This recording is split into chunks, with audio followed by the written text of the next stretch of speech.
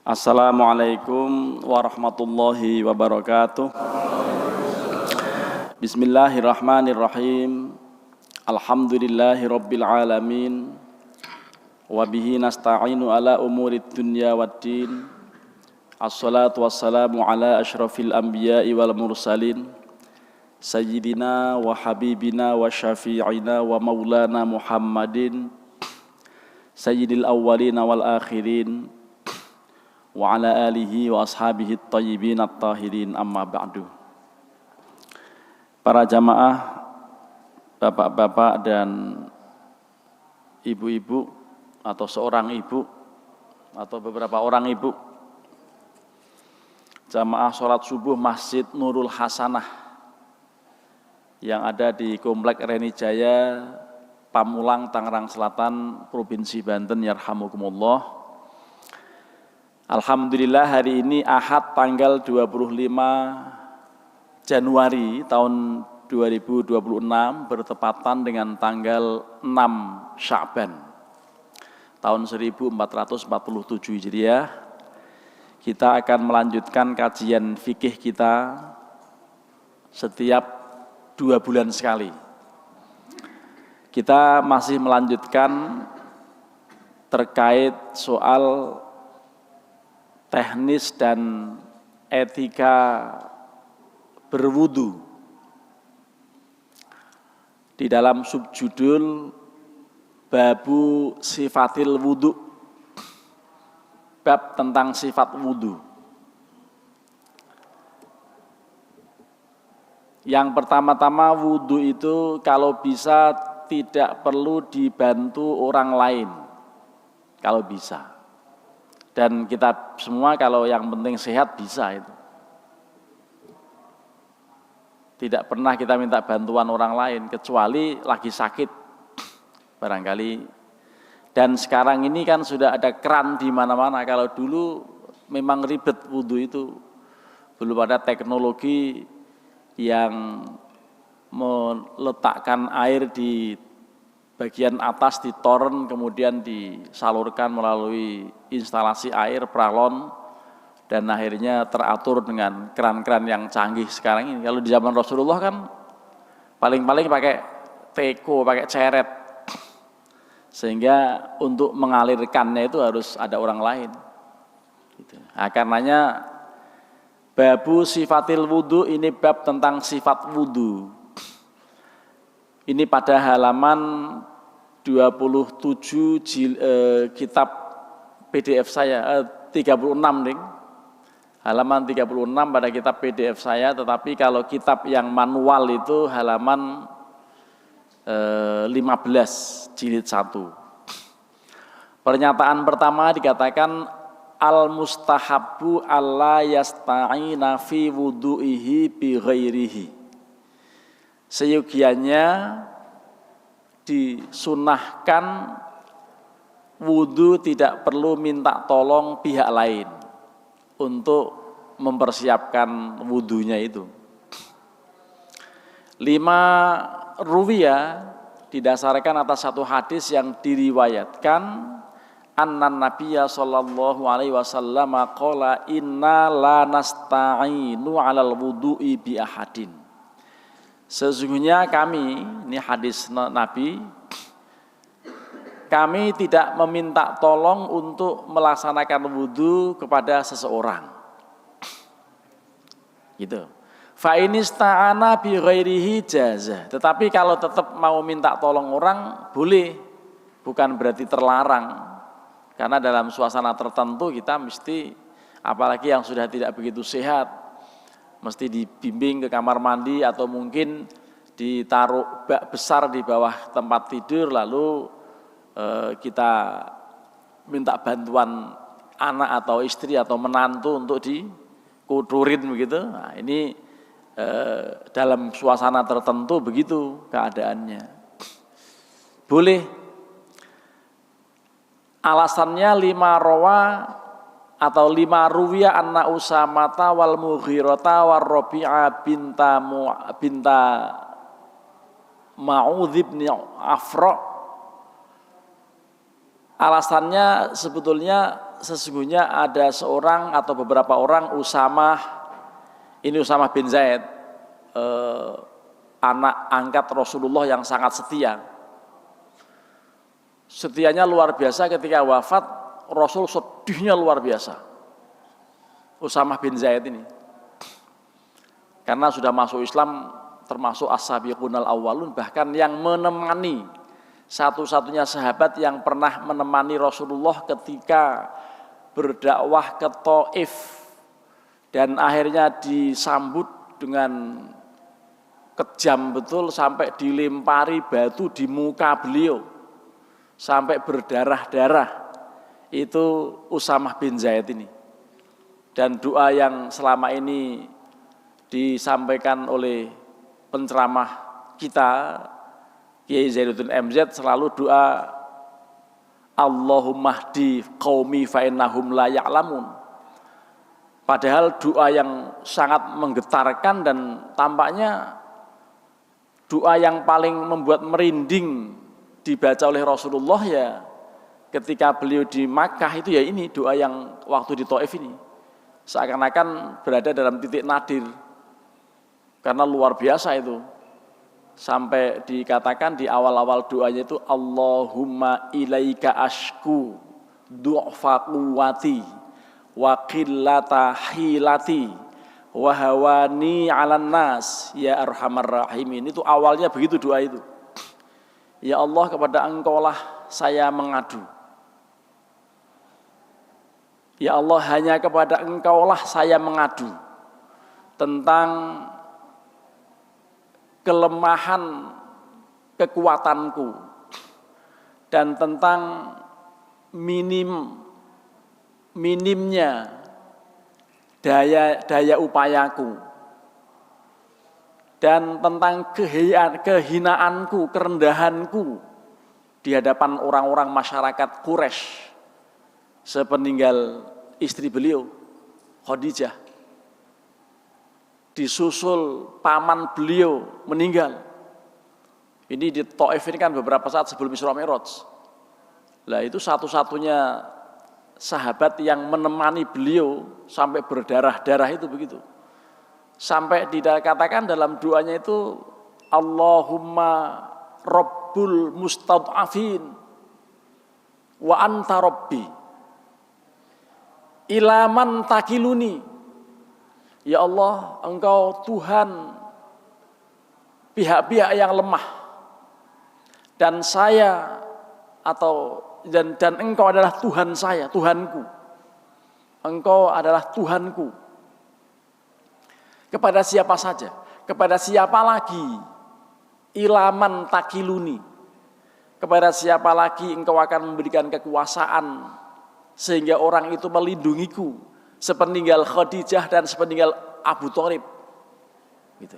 Seakan akan Rasulullah betul-betul dahsyat doanya itu. Itu agak panjang dalam doa itu. Yang inti tadi ingat seorang bernama Usamah. Itu luar biasa ya. Nah, ini Usamah, kemudian Mughirah, kemudian Rabi bin Muawwidh bin Afra pernah menuangkan ala Nabi al-ma'a fatawaddu'a kepada Nabi untuk berwudu, menuangkan air. Jadi menuangkan ya kalau pakai teko diginiin gitu. Nah, itu. Artinya ada riwayat beliau wudunya dibantu orang. Wa in amara ghairahu hatta wadu'ahu wa nawa huwa adza'ahu. Kalau memerintahkan orang memang sudah stroke, nggak bisa begini-gini, tolong dong digosok-gosokin. Gitu. Kalau Nabi nggak begitu, tetap Nabi yang gosok. Gitu. Kalau dalam riwayat yang lebih dahsyat, seorang Khalifah Harun ar-Rasyid menyantrenkan anaknya kepada seorang syekh, seorang guru. Setelah 3 bulan dijenguk oleh beliau, anaknya oleh gurunya sedang diperintahkan untuk menuangkan air di mana beliau sedang berwudu. pas sedang membasuh kaki. Gitu. Lalu Harun ar-Rasyid, kenapa kamu enggak perintahkan dia juga yang gosok kakimu? Saya mengirim anak saya ke pesantren ini supaya engkau didik dengan akhlak yang baik, maka harus sebaiknya totalitas. Jangan hanya diperintahkan untuk guyurin air, tapi dia juga tuh yang suruh gosokin kaki kamu. Kayak begitu tuh. Kalau sekarang kira-kira anak gubernur digituin sama kiainya diapain? Nah, jadi kalau dulu begitu tuh ulama itu.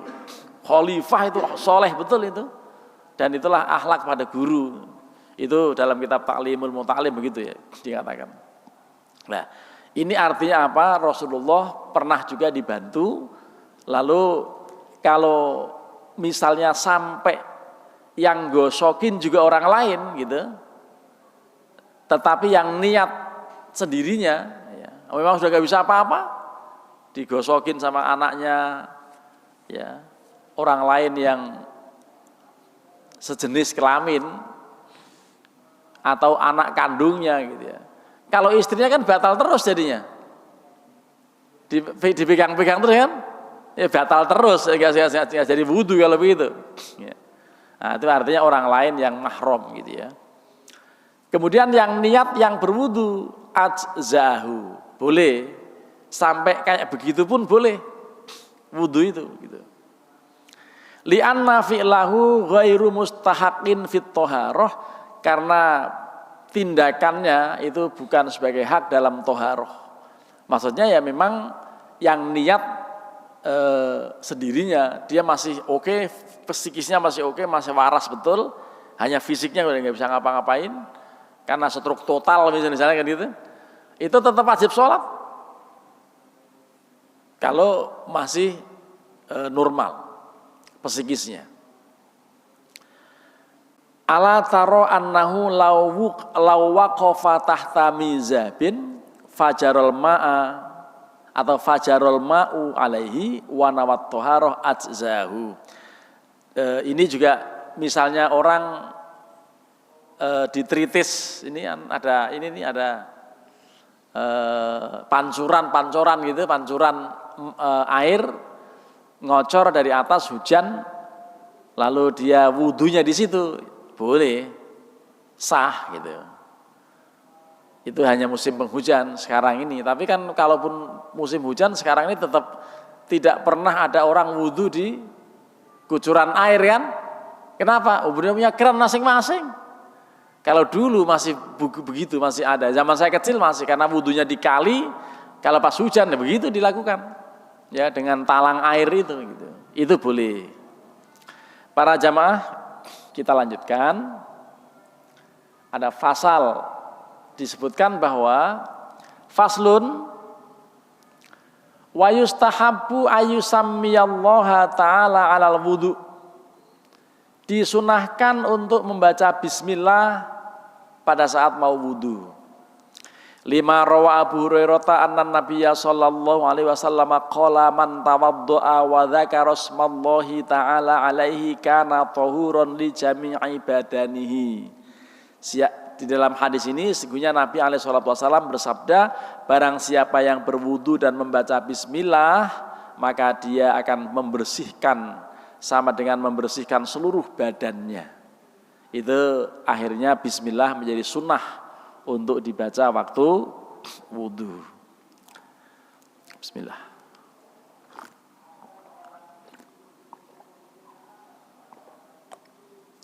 Fa inna siyat tasmiyata fi awwaliha wa dzakaraha fi athnaiha atabiha hatta la yakhlul wudu min bismillah azza wajal.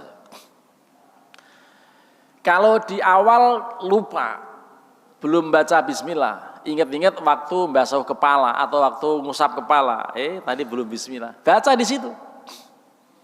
Baca bismillah di situ. Kalau lupa di awal, udah baca aja di situ. Gitu. Waktu makan juga begitu, makan atau Pokoknya kegiatan apa saja yang belum dimulai dengan bismillah dan ingatnya di tengah pertengahan baca. Malah Nabi mengatakan atau memberi contoh bismillahi awwalihi wa akhirihi atau bismillahi awwalahu wa akhirahu gitu. Itu seandainya lupa. Kemudian wa in tarokaha, kalau misalnya sengaja meninggalkan, amdan dengan sengaja meninggalkan membaca bismillah, ajza'ahu, tetap sah. Karena namanya sunnah, bukan yang wajib. Jadi wudhu itu yang wajib kan niat.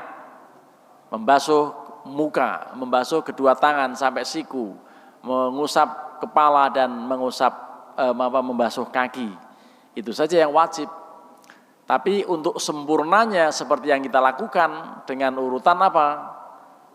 Cok murdung kangan lapengki. Nah, ini kesingkatan nih. Kocok-kocok, kumur-kumur, hidung, muka, tangan, kepala, lalu kaki. Kepala, kuping, lalu kaki. Nah, itu urutannya cok murdung kangan lapengki. Nah, itu kocok-kocok, tangan nih kocok-kocok, kumur-kumur, hidung, muka, tangan, kepala, kuping, baru kaki. Itu urutannya. Dan kita udah paham seperti itu. Hanya memang untuk sempurnanya ya membaca bismillah, menghadap kiblat. Lah ini masalah nih. Kan termasuk sunnah tuh. Tempat wudhu kita ngadep ngidul sama ngalor. Ini tempat wudhu kita ini. Iya kan? Ada yang menghadap kiblat enggak? Nah, ini desainer masjid itu mestinya memikirkan itu. Waktu awal bangun masjid, tempat wudhunya dibikin supaya ketika wudhu menghadap ke kiblat. Itu sunnahnya begitu. Itu bagian dari sunnah. Walaupun ya nggak apa-apa. Kalau misalnya ngadep kemana aja ya nggak apa-apa. Tapi namanya mau afdol kan, ibadah itu afdolnya begitu. Hal-hal baik semua dilaksanakan menghadap kiblat. Gitu. Mari kita lanjutkan. Tadi orang sengaja tidak membaca bismillah tetap sah. Alasannya apa? Semua ada hadisnya itu. 5 rawa Abu Hurairah annan Nabiyya sallallahu alaihi wasallam qala man tawaddo'a wa lam yadhkuris mallahi alaihi kana tahuran 5 marra alaihi alaihil ma. Ya, barang siapa yang berwudu dan tidak membaca bismillah, maka dia tetap menjadi bersih atas apa air yang mengguyurnya. Itu berarti tetap sah, seandainya tidak membaca bismillah. Jadi tidak usah risau. Jadi ini kan masalah mau mencapai nilai itu mau sekedar lulus, C itu lulus kuliah. Tapi yang bagus ya A+ gitu. Yang bagus. B juga lulus tapi masih belum ideal. Yang ideal ya amin lumayan, A+, A biasa kan ada 3 macam tuh ya. Ada amin, A biasa sama A+. Gitu. Kalau 95 ke atas itu A+. Tapi kalau masih 90 itu baru atau ya ada rentangnya lah nilai itu. Mari kita lanjutkan. Faslun ayyi hadza faslun. Tsumma yaghsilu kaffaihi thalathan. Kemudian membasuh apa ini? Setelah baca bismillah tadi membasuh kedua telapak tangan 3 kali. Ya. Kalau zaman Covid kan orang selalu sering suruh cuci tangan kan ya. Sampai ada seorang dokter cantik cuci tangan dicontohin sama dia, yang viral dia. Sementara orang wudhu dari seluruh dunia nggak pernah diviral-viralkan. Itu waktu zaman Covid kan ada dokter cantik yang mencontohkan cara nyuci tangan itu ya. Kayak gitu jadi terkenal. Ya, sementara kita wudhu udah bertahun-tahun nggak terkenal gitu. Nah, membasuh kedua telapak tangan 3 kali li'anna Utsman wa Aliyan karamallahu wajhahuma wasofa wudu'a Rasulillahi sallallahu alaihi wasallam faghasala al-yada thalathan. Karena hadis ini atau ada riwayat bahwa Utsman bin Affan dan Ali bin Abi Thalib ya, beliau mencontohkan, mengsifati wudhu Rasulullah, artinya mencontohkan, dicontohkan, dipraktekkan, diperagakan cara wudhu Rasulullah, dan beliau keduanya Utsman dan Ali itu membasuh kedua telapak tangannya 3 kali. Tsumma yanduru fa illam yakum minan naumi fahuwa bil khiyar. Insya'a ghamasa yadahu tsumma ghasala. Kemudian ini masih zaman kuno ini. Memang zaman kunonya begitu. Kemudian dilihat, kalau dia memang bukan berasal dari bangun tidur, apalagi tidur malam, langsung saja tangannya dikerbekin ke air, langsung digosok-gosok, gitu. Itu kalau bukan karena bangun tidur malam, gitu. Maksudnya wudhu untuk subuh, langsung begitu. Tapi ini kan masalahnya zaman dulu belum ada keran, jadi wudhunya pakai bak, masih pakai kayak di pesantren-pesantren gitulah. Cuman yang di pesantren joroknya minta ampun. Karena apa? Baknya udah kumuh, airnya udah hijau gitu. Itu yang makanya orang anak nyantri pada kudisan ya gara-gara begitu kan. Emang joroknya luar biasa itu. Dulu ya, sekarang udah enggak. Ini kalau memang dia bukan berasal dari bangun tidur, maka boleh kalau mau dia langsung ngerebekin air ke situ, langsung dicuci gitu, langsung wudu. Tetapi wa in syaa afroghal ma alal yadi tsumma ghamasa. Jadi kalau mau juga ngambil air dulu pakai gayung, lalu dicuci dulu tangannya, baru setelah itu diwudu gitu. Itu teknis ketika wudunya tidak pakai keran. Gitu. Fa in qama minan naumi, tetapi lain halnya kalau untuk sholat subuh karena bangun tidur. Ini khusus ini Ustaz subuh ini. Maka dikatakan fal mustahabu alla yughammisa yadahu hatta yaghsilaha. Jangan sekali-kali ngerebekin air langsung ke tempat baknya itu sebelum dicuci airnya, tangannya. Hatta yaghsilaha. Sebelum dicuci air tangannya itu. Kenapa? Liqaulihi sallallahu alaihi wasallam, karena Rasulullah bersabda begini, idastaiqadha ahadukum min naumihi fala yughammis yadahu fil ina hatta yaghsilaha thalathan fa innahu la yadri aina batat yaduhu. Nabi bersabda, kalau kalian bangun tidur terus mau wudu, jangan langsung dikerbekin ke bak kedua tangannya sebelum dicuci, sebelum dipakai gayung dicuci di luar. Kenapa? Sesungguhnya tidak seorang pun tahu di mana tuh kedua tangan tuh nginep semalam. Gitu. Jadi Nabi itu begitu. Tidak ada orang yang tahu di mana nginepnya kedua tangan. Kan kadang-kadang nginep, kadang-kadang nginap, kadang-kadang menyelinap.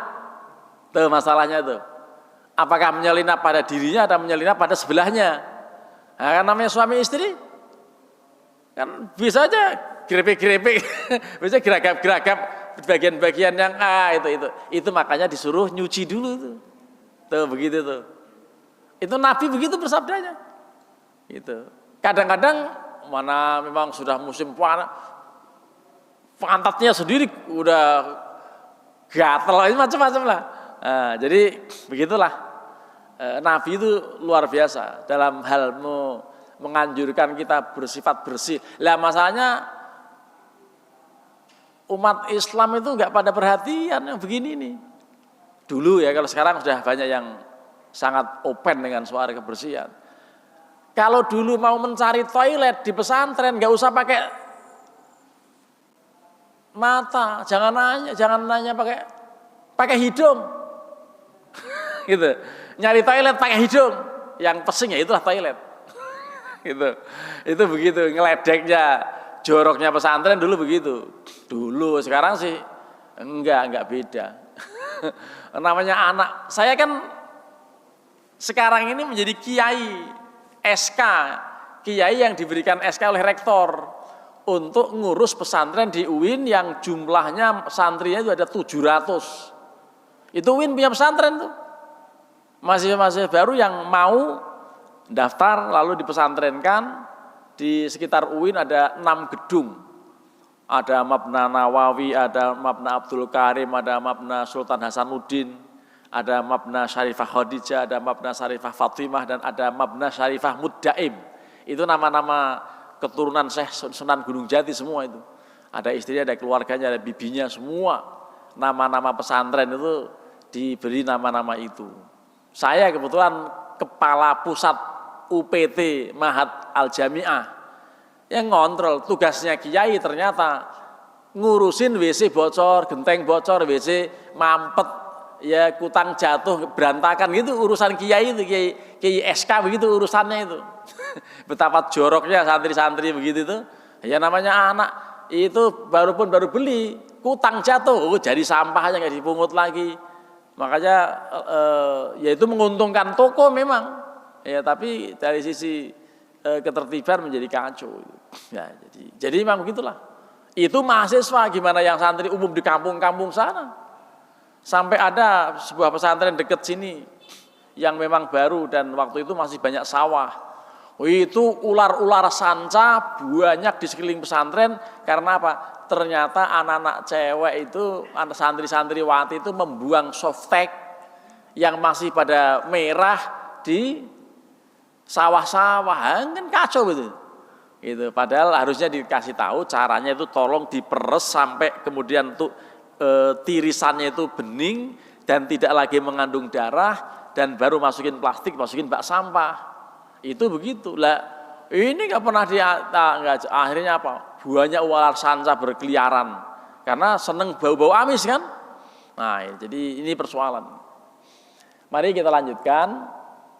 Fa in khalafa wa ghamasa lam yafsudil ma'u atau lam yafsudil ma'u li anna atau lam yufsidil ma'a li anal asla at-taharatu fala yazalul yaqin bisyak. Jadi kalau misalnya bangun tidur langsung kerbekin juga enggak masalah.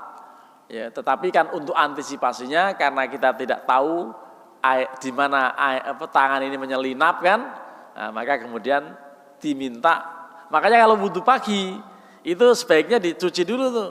Syukur-syukur di wastafel pakai sabun apa itu hand soap itu kan. Itu lebih bagus itu. Baru wudhu. Bersamaan dengan istinja kita bersihkan dulu tangan kita. Jadi ini syariat agama Islam itu luar biasa tentang kebersihan.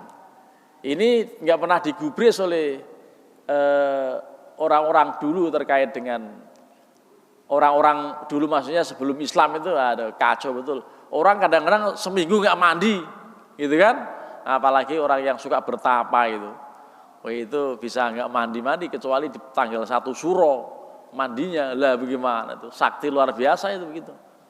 Gitu. Faslun, ini fasal berikutnya. Tsumma yatamat madu wayan syakku. Kemudian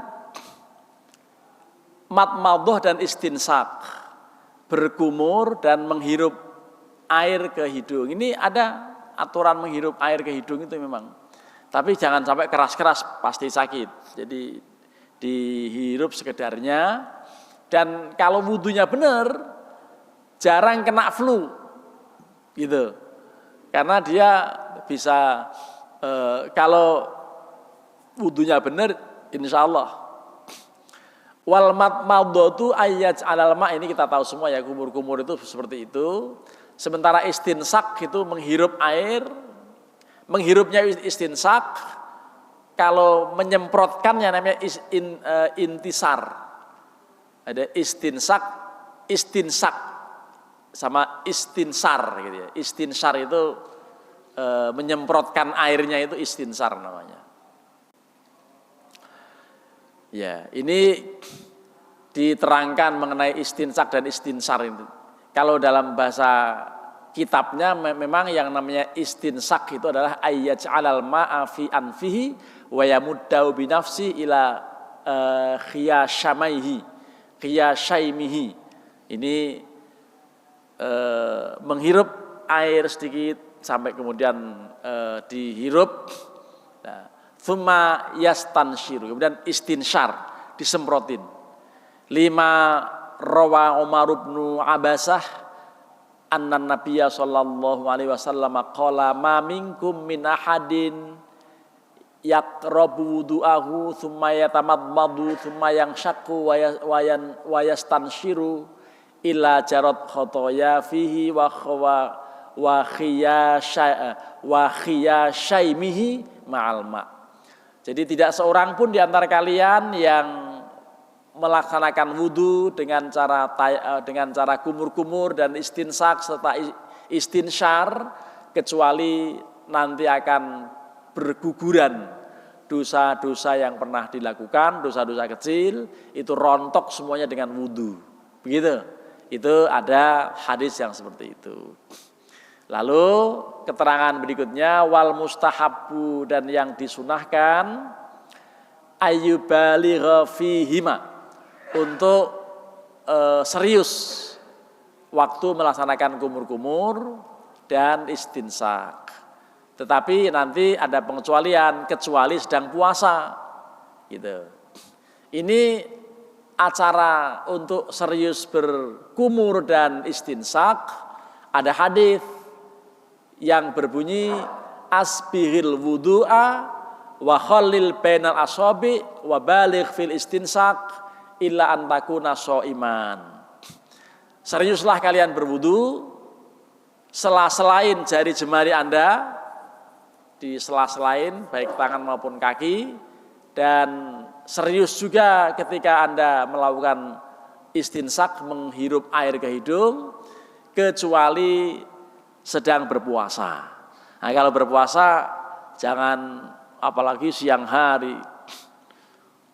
Puasa kok wudunya masukin gitu, itu berarti memang mau nyari seger itu, ya. Jadi niatnya mau nyari seger waktu pas puasa gitu ya. Itu tidak usah. Kalau puasa sekedarnya aja. Jadi bukan berarti suruh meninggalkan, tidak, ya tetap aja kumur-kumur, tapi tentu jangan ditelan apa? Ya ditelan itu batal. Wala yastaksi fil mubalaghah fayakunu su'uton. Jangan keterlaluan, karena pasti akan pengar. Apa bahasa Indonesianya pengar ya? Sampai sekarang saya nggak tahu pengar itu apa. Pengar itu orang yang kemasukan air ke hidung apa senang, lalu sakit itu. Itu bahasa Indonesianya apa coba? Siapa yang tahu bahasa Indonesianya pengar? Saya nyari-nyari di kamus nggak ketemu tuh. Pengar itu hidung sakit akibat kemasukan air waktu renang atau waktu wudu. Gitu. Dalam bahasa Arabnya ini hatta fayakunu su'uton. Itu bisa sakit itu hidungnya itu kemasukan air gitu ya. Fa in kana shaiman lam yubaligh lil khabar. Faiz ketemu enggak? Bahasa Indonesianya pengar. Nanti kalau ketemu tolong beritahu saya. Ya. Sakit akibat kena air. Kalau pas pengar itu waktu kecil kan saya mandinya di kali. Dan setiap kali mandi renang itu kadang-kadang masuk pengar gitu. Itu sampai merah mukanya gitu karena kemasukan air. Ya. Wahal yujma'u bainahuma au yufassilu. Apakah waktu kumur-kumur itu digabung dengan kita menghirup ke hidung? Selama ini kita begitu. Kan digabung tuh kumur-kumur sambil ngirup air ke hidung. Tapi perinciannya apakah digabung, apakah dipisah? Gitu. Ada pengumuman 10 menit lagi terbit. Nah, berarti setelah ini 10 menit yaitu sholat suruk. Ya, tapi sholat suruk sebaiknya sudah selesai ngaji. Gitu. Ini kan masuknya dulu tuh 10 menit katanya. Lah, kemudian dalam keterangannya ini atau dipisah masing-masing ada juga orang yang kalau anak-anak nggak tahu yang ngajarin siapa itu, kumur-kumur terus begini, masa basuh hidung, bukan begitu, bukan basuh hidung, junal-junil basuh hidung, bukan begitu, maksudnya airnya masukin ke hidung, jadi kan sambil begitu, ya. Tapi kalau yang begitu, bukan suruh basuh hidung, kalau begini masukin air enggak kan, bisa masuk nggak air begini, masuknya air itu ya dihirup gitu, dihirup pelan-pelan, ya. Kalau keterlaluan pasti sakit. Jadi katanya di dalam kitab Imam Syafi'i tentunya beliau mengatakan yujma'u, digabung aja waktu kumur-kumur dan menghirup air. Kenapa? Alasannya li'anna Ali bin Abi Thalibin alaihi salam wasofa wudu'a Rasulillahi sallallahu alaihi wasallam fatamat madhu ma'al istinsak bima'in wahidin. Nah, memang kenyataannya Imam Ali waktu wudu mencontohkan wudunya Rasulullah itu digabung waktu kumur-kumur sekaligus menghirup air ke hidung, itu digabung. Ya, jadi begitu keterangannya.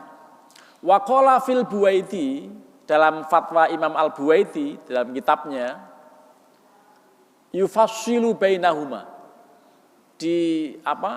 dipisah antara keduanya, kumur-kumur dan menghirup air ke hidung itu. Apa alasannya? Lima rawatul Talhah bin Musarraf an abihi an jaddih, karena ada hadis dari Talhah bin Musarraf dari ayah dan kakeknya. Qala, dia mengatakan ra'aitu Rasulullah sallallahu alaihi wasallam yufassilu bainal madmadh wal istinsak. Ya. Saya melihat Rasulullah wudu begitu katanya.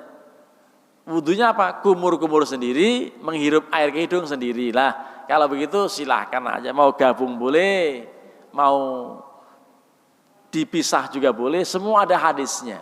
Yang enggak boleh apa? Yang enggak boleh yang enggak wudu, enggak pernah sholat ya, gitu. Jadi itu kan ada teknis masing-masing, ada berbagai riwayat terkait dengan ibadah. Silakan saja selama ada hadis jalankan, gitu. Memang begitu. Ya. Ya. Ini sudah hampir selesai urusan kumur-kumur, gitu ya. Tapi tadi apakah digabung, apakah dipisah, itu menjadi diskusi. Alasan yang dipisah wali annal fasla ablagha fin nadhafah, karena tentu dengan dipisah itu masing-masing lebih serius dalam menjalankan nadhafah, dalam menjaga kebersihan. Fakana aula, maka lebih utama. Tapi kalau digabung berarti kumur-kumur dulu baru ngidup air ke hidung. Jadi ngambil ada khusus, tapi dihirup bukan begini, bukan nyuci ujung hidung, tapi dihirup gitu.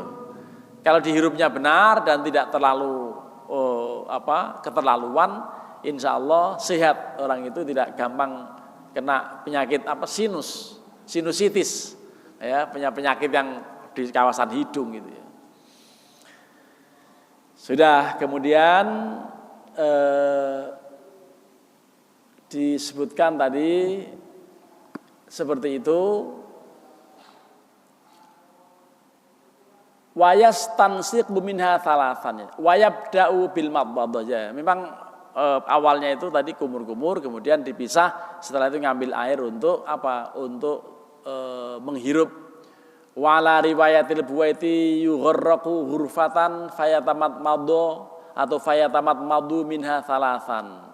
Jadi malah beliau ngambil air satu gayung untuk kumur-kumur 3 kali, gitu, dari itu tsumma yaghriqu ghurfatan ukhra, kemudian itu dibuang, baru ngambil lagi untuk menghirup ke hidung 3 kali. Jadi seperti itu teknisnya. Tapi kan memang kita nggak pernah pakai gayung lagi wudu. Kenapa? Sudah pakai teknologi, sudah ada keran, udah enak gitu.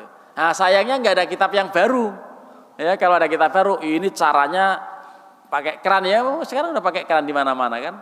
Dinaikkan dulu ke toren, kemudian dibagi didistribusikan ke berbagai tempat air itu. Baik, sementara seperti itu kita nanti insya Allah lanjutkan ya. Tapi ini memang titiknya masih agak jauh. Saya baca sedikit lagi kalimatnya.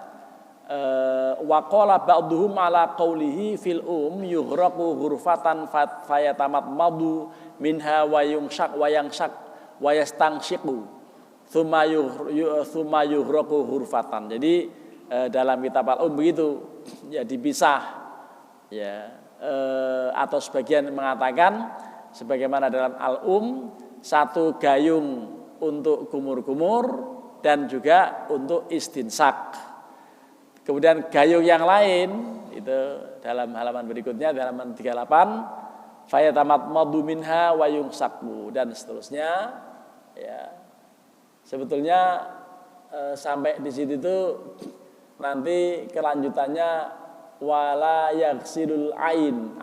Jadi orang waktu wudu tidak perlu membasuh mata. Wah, wudu diginin ya sakit matanya. Jadi nggak usah lebay, wudu biasa-biasa aja, tidak perlu membasuh mata. Lah, nanti pada pertemuan berikutnya tahun depan kali ya. Bukan masih tahun ini ya.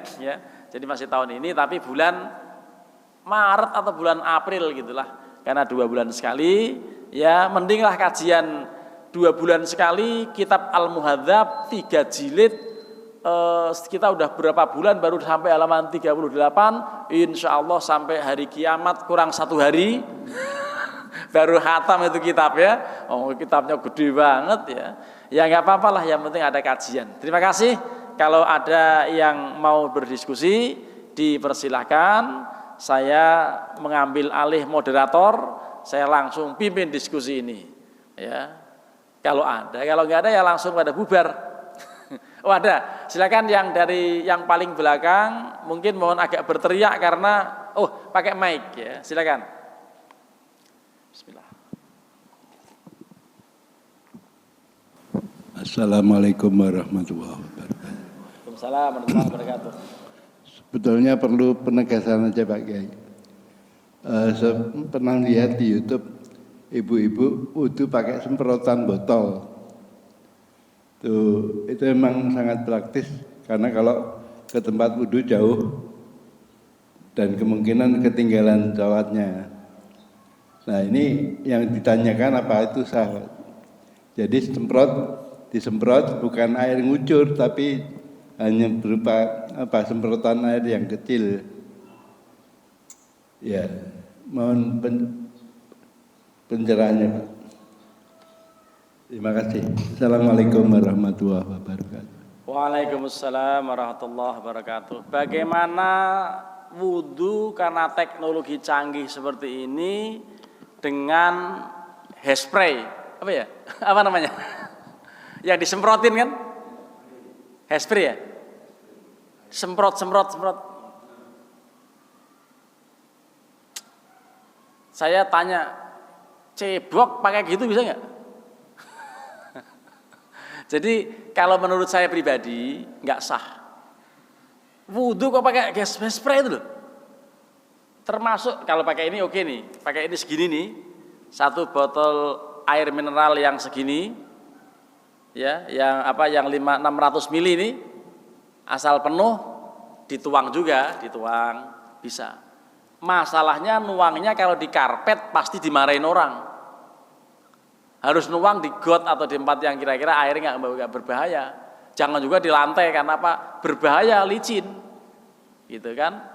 Itu harus tahu tempatnya. Tapi kalau pakai hairspray, semprot, itu kan bukan air, gitu, tidak akan sah. Gitu. Kalau saya punya pendapat begitu. Tapi kalau ada orang lain berpendapat sah ya silakan. Pakai dalil mana saya nggak tahu. Pakai dalil Quran yang mana lagi gitu ya. Itu tentu. Tapi kalau memang dia yakin sah ya. Tapi kalau ibadah itu nggak boleh ngawur kok. Kan ada contohnya sudah. Ya, ada contoh-contohnya. Jadi kalau ibadah nggak boleh berkreasi dengan cara seperti itu. Gitu. Kecuali memang udurnya itu memang nggak bisa lah. Kalau nggak bisa mendingan tayamum. kan udah diatur. Kalau emang nggak bisa sakit, kalau hanya khawatir ketinggalan, nggak apa-apa ketinggalan, dia ke tempat wudhu lalu balik lagi tenang gitu. Jangan mau ke tempat wudhu nggak hati-hati. Kemarin sore di Masjid Nurul Islam tempat saya tinggal, itu ada ibu-ibu dari Depok ngantar suaminya lagi kerja di lagi ngontrol toren di mana gitu, ngontrol tower. Itu ibu-ibu udah badannya lumayan gede, tinggi, jatuh, geblak. Nah ini bahasa Indonesia nggak ada lagi nih. Bahasa Indonesia yang geblak apa? Terpelanting itu kebanting. Jadi pokoknya dia ini kan lantainya nggak rata ya, ada jeda 10 cm. Tapi memang itulah saya lalu menyarankan ini harus ada upaya bagaimana caranya supaya selamat, mungkin kasih pagar aja supaya orang bisa pegangan, hati-hati dengan itu. Ternyata robek sini sampai dijahit 15 tempat kepalanya. Itu sampai hampir pingsan tuh, waduh, dibawa ke puskesmas, angkat tangan sampai akhirnya ke rumah sakit Columbia ya. Di sana tuh ada rumah sakit Columbia. Karena apa? Karena parah, robek gitunya. Lah, gara-gara apa? Gara-gara kurang hati-hati ya. Memang namanya juga apes. Itu di masjid lagi. Akhirnya ketua DKM-nya yang nganter-nganter sama suaminya diantar-antar ke BSD sampai ke BSD. Ini artinya kita dalam beribadah memang harus cermat, hati-hati, apalagi musim hujan seperti ini, itu kadang-kadang begitu menjadi madharat. Sekali lagi pakai hairspray wudu tidak cukup. Demikian. Masih ada yang lain? Soal wudu jangan aneh-aneh, harus sesuai contoh Kanjeng Rasulullah. Ya, silakan Pak. Assalamualaikum warahmatullahi wabarakatuh. Waalaikumsalam. Ya, mohon maaf mungkin Ustadz yang ditanyakan belum masuk ke penyampaian materi, tapi ini sering saya jumpai ketika berwudu itu Ustadz. Adab yang semestinya bagaimana ketika berwudu? Kadang kalau kita, apalagi sekarang kan keran ada yang jaraknya agak jauh, ada yang agak dekat ya. Kadang ada yang wudu kumur-kumur bisa aja mungkin nyemprotkan kenceng. Atau ketika membasuh muka, bukan pelan-pelan tapi jadi airnya nyebar kemana-mana. Nah itu bagaimana terkait dengan adab dalam berwudu? Terima kasih. Wassalamualaikum warahmatullahi wabarakatuh. Waalaikumsalam warahmatullahi wabarakatuh. Ini yang terakhir ini memang saya juga pernah temukan dan saya terus terang agak kesel. Baju saya hati-hati biar gak basah. Kesemprotan sebelahnya, wah banyak banget. Ya orang ini wudu begini amat, ini ajaran siapa ini? Saya agak kesel, tapi nggak ngomel juga lah. Ya kita lelus dada aja gitu ya. Itu jangankan mau wudu, jangankan mau beribadah, mau jalan saja lebih pinter tukang bangunan daripada orang wudu yang begini. Orang tukang bangunan itu kan kalau ada besi itu kan kasih segitiga itu. Kasih tanda bahaya kan supaya nggak nyerosot mobil belakangnya nggak kena. Dan memang Rasulullah begitu. Kalau Anda berjalan membawa busur panah, tolong dipegang ujungnya, gitu. Tolong dipegang ujungnya, jangan sampai ngenain orang. Itu di jalan aja pakai adab. Ini di tempat wudhu pakai kurang ajar, gitu. Gara-gara apa? Wah mungkin ya. Tapi kalau orang itu belum tahu, jangan kita marahin. Tapi kita ngalah aja udah, mendingan ngalah. Wah kita jauhin supaya tidak nyemprot itunya itu. Wah ada orang yang wudu, cuk gitu kan. Wah lihat nggak taunya sebelahnya ada orang kan diginiin lah. Nggak usah begitu aman. Nggak ada ajaran wudu harus nyemprotin atau harus memukulkan air dari tangan ke muka sampai sebegitunya gitu. Jadi maksudnya serius itu bukan begitu. Serius itu ya digosok semuanya sampai kalau perlu ini ke atas gitu ya. Semua yang tidak tumbuh rambut tuh kena sampai di sini. Itu begitu, bukan disemprotin, digapiokin sekeceng-kencengnya. Akhirnya apa? Akhirnya sebelahnya kena cepretan air. Itu kan kadang-kadang orang kesel. Terus terang kesel nggak? Kesel kan? Nah, kalau kesel kita tahan emosi gitu ya. Jangan udah Ustadz ada orang wudhu diomelin, ya kurang bener Ustadz itu. Kalau begitu jangan diomelin. Tapi nanti kalau dalam forum-forum pengajian ini pentingnya. Makanya YouTube-nya supaya didengerin orang gitu. Ini penting. Wudhu itu jangan sampai menyiksa orang. Jangankan kita mau ibadah, mau jalan di jalan aja, di jalanan kita harus menjaga perasaan orang kan. Jangan sampai menyelakai orang. Makanya dikasih tanda ujung besinya itu supaya gitu. Itu ini kan perlu ada dalil, namanya dalil akli. Dalil pakai akal. Akalnya akal sehat. Orang suruh jalan aja harus pakai adab, apalagi ini mau ibadah. Begitu. Termasuk ibadah itu adabnya jangan lari-lari. Makanya penting ini. Ditulis di pintu, geser pelan-pelan kan supaya nggak ganggu yang di dalam. Kujeburat lah ya, ganggu yang di dalam. Jadi termasuk jangan lari waktu mau menuju soft sholat supaya tidak ganggu yang lain.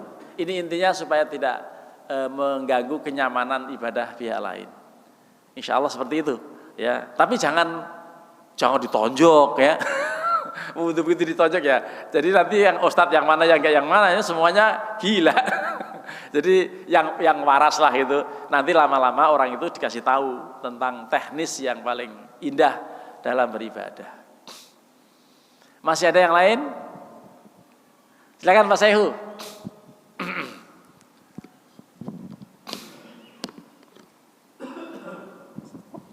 Assalamualaikum warahmatullahi wabarakatuh.